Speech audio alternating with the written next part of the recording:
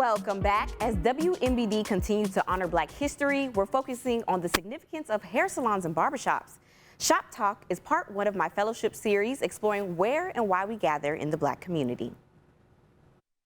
It's a great place to socialize, but it's also a great place to learn and share information. You have your highs and your lows in the barbershop, but you learn how to deal with all of that. Barbershops and hair salons have purpose beyond styling in the Black community. We still are a major hub for communicating with each other, finding out what's going on in our communities with each other.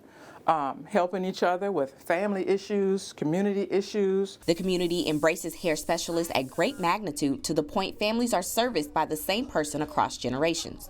It's a blessing, you know, to be able to have cut 3-4 generations of hair. Throughout history, Black barbers and hairdressers were pioneers in the community. Annie Malone, who has ties to Peoria, was one of America's first Black women millionaires, gaining success with her hair products. David Struther, the first Black person to vote in the state of Illinois, was a barber in El Paso, and shops were helpful during times of racial tension in Bloomington Normal. Some of that occurred at one of the skating rinks here. There were two major incidents that took place there back in the late 60s, maybe early 70s. There was a local newspaper here that was kind of non-establishment type of paper, and they would come and talk to us. And in present day, hair care providers are noticing changes in salon culture. People change, for one. You know, are we as close to each other as we used to be? You know, a lot of competition, scarcity. We think there's not room for two beauty salons on the same block. But all hope is not lost. Societal-wise, it's by design, but it's up to us to not blame that, but to move forward trying to dismantle those things that make us separate, that make us feel like we need to compete with each other, that make us feel like we can't work together. And join me tomorrow for part 2, exploring how family meals are not only nourishing for the body, but for the soul. But first, coming up after the break, hair care provider Aishah Bilal-Ali will join us for a live interview in the studio. Stay tuned.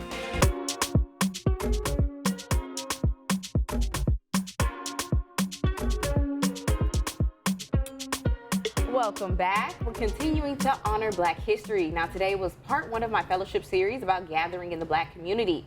Because we explored the safe spaces of barbershops and hair salons, we have Aishah Bilal-Ali, owner of Hairadox Hair Care, with us. Thank you so much for joining us today. Thanks for having me.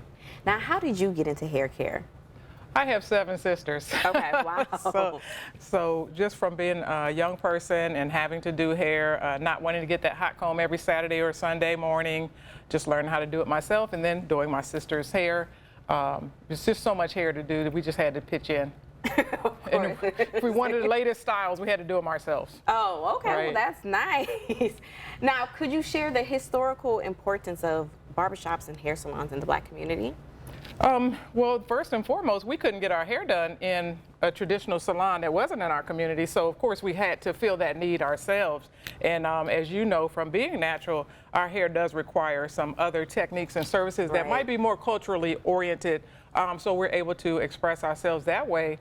So it just filled the need. It was a great place, a safe place for us to be, to express ourselves, to feel like we could be ourselves, that we could, you know, come together, communicate, and almost like a little family reunion type thing. Of course.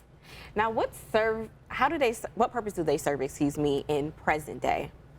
Well, again, serving a need, because when I moved here, I filled a need that I saw for natural hair and locks, particularly, right? And hair care versus the styling aspect.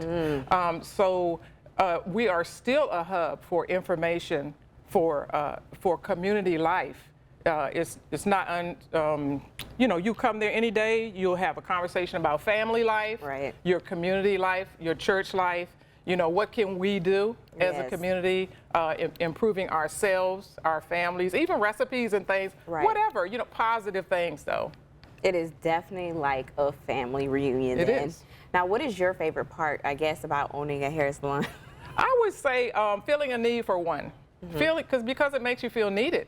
Everybody wants to be productive and needed. but also meeting amazing people like every day of my life. Yes. And also, I would just say solving problems, challenges. I like to work and operate in that mode.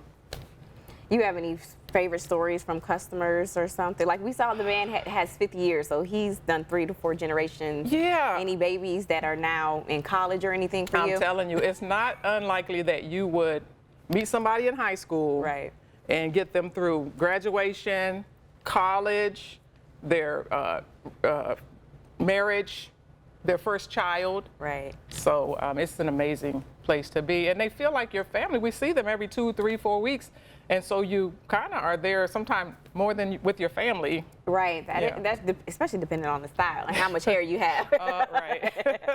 Well, Ms. Aishah, thank you so much for joining us today. Now, we'll make sure to share this full interview over on our website. That's ciproud.com.